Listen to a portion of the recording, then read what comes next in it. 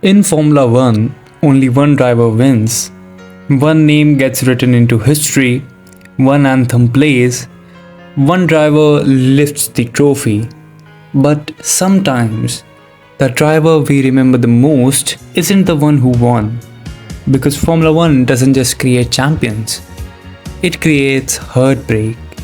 Moments where victory was inches away before disappearing forever. And somehow, those stories stay with us longer than the championships themselves. This is the art of losing.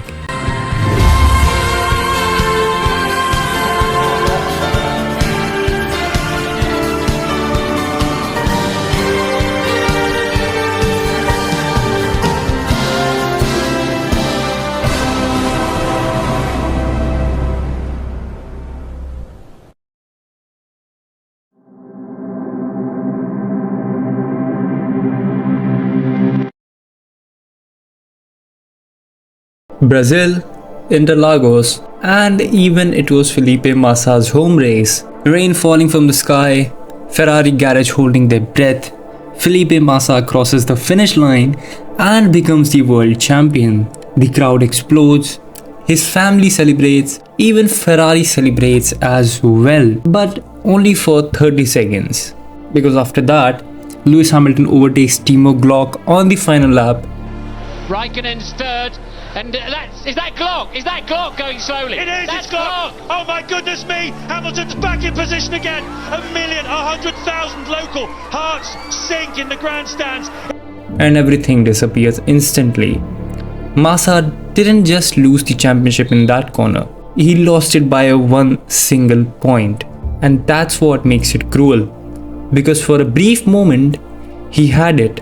And even today, people remember Massa's pain more than Lewis Hamilton's first title win. Because sometimes, Formula One can be beautiful and merciless at the same time.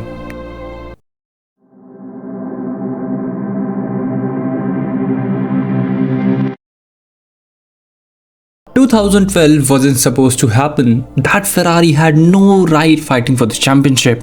That car was slow, unstable, sometimes barely competitive, but Fernando Alonso dragged it into battle anyway.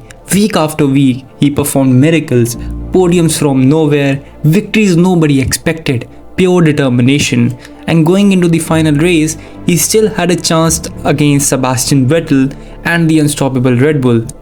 That season created one of the greatest losing performances Formula One has ever seen, because Alonso didn't lose due to lack of talent. He lost because sometimes even perfection isn't enough, and deep down, everyone knows it.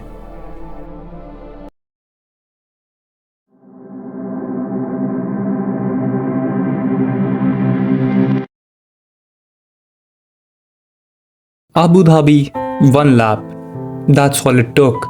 After one of the greatest title fights in the Formula One history, Lewis Hamilton had controlled the race completely. The championship was his. Then Nicholas Latifi crashed. Safety car, chaos, confusion, and suddenly everything changed. Max Verstappen on fresh tires and Lewis on old ones. One final lap, and that's it. One lap decided an entire season.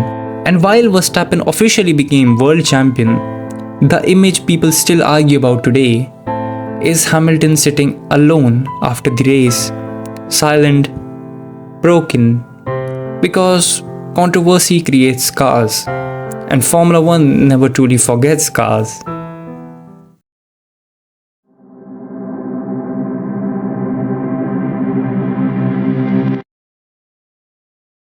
Abu Dhabi once again.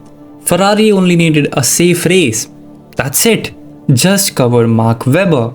Instead, they made one fatal mistake. They reacted to Webber too early and Alonso came out behind Vitali Petrov. Lap after lap, he stared at the Renault in front of him, trapped, helpless, watching the championship disappear in real time. And somewhere ahead, Sebastian Vettel was quietly becoming the youngest world champion in history.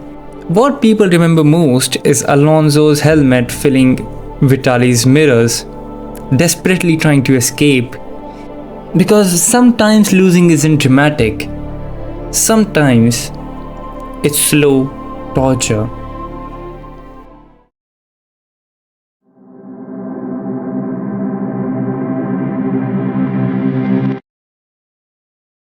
Some losses don't happen on track. Sometimes Formula One loses people before they ever reach the top. Robert Kubica was one of the brightest talents in the sport, fast, fearless, and naturally gifted. In 2008, he was genuinely fighting for the championship with BMW, and many believed his future was limitless. Then came the rally accident in 2011. One moment changed everything. Severe injuries, a destroyed Formula One future, and suddenly, the next world champion never arrived. That's why Kubica's story hurts so much, because there was no final battle, no dramatic title decider, just a future that disappeared too early. And even now, people still wonder, what could Robert Kubica have become?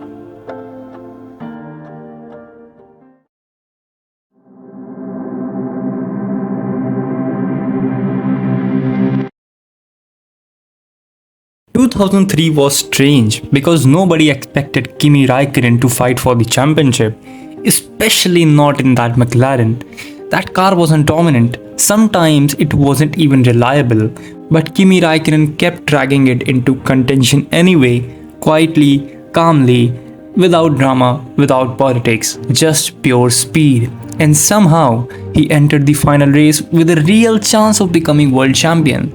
But he lost the title by just 2 points against Michael Schumacher.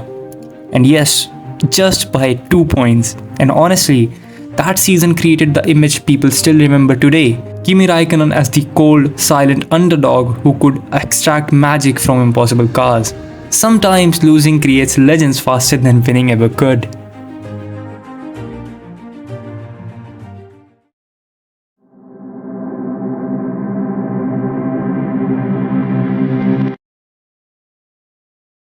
For the first time in years, Ferrari had a faster car. This was supposed to be Vettel's redemption, a fifth title, a return to glory for both Vettel as well as Ferrari. Then came Germany 2018. In Hockenheimring, with rain and a lot of pressure, Vettel made one mistake and he was into the barriers. And after that, everything slowly collapsed. The spins, They touch Martin Hamilton and Vettel has been spun round. Disaster for as through and smooth goes Sebastian Vettel and Max Verstappen, and Sebastian Vettel has come off and it's now going to be nip and tuck as there's more contact down at turn 12 and another car spinning off as Ricciardo into Sebastian Vettel. the pressure, the missed opportunities. 2018 hurts because Ferrari genuinely could have won. And after that, Vettel was never the same.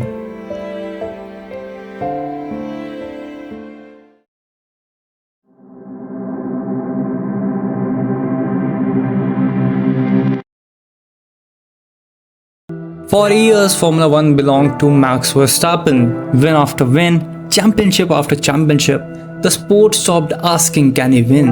And they started asking, can anyone stop him? Then 2025 happened, and suddenly Red Bull didn't look untouchable anymore.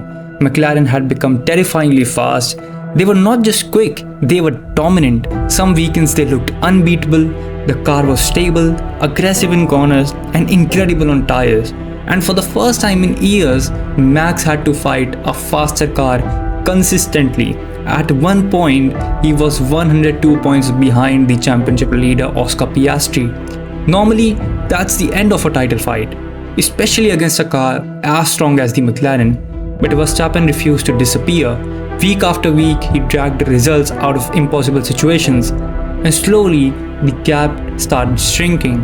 Formula One started believing again, because somehow Max Verstappen had dragged himself back into the championship fight against the fastest car on the grid.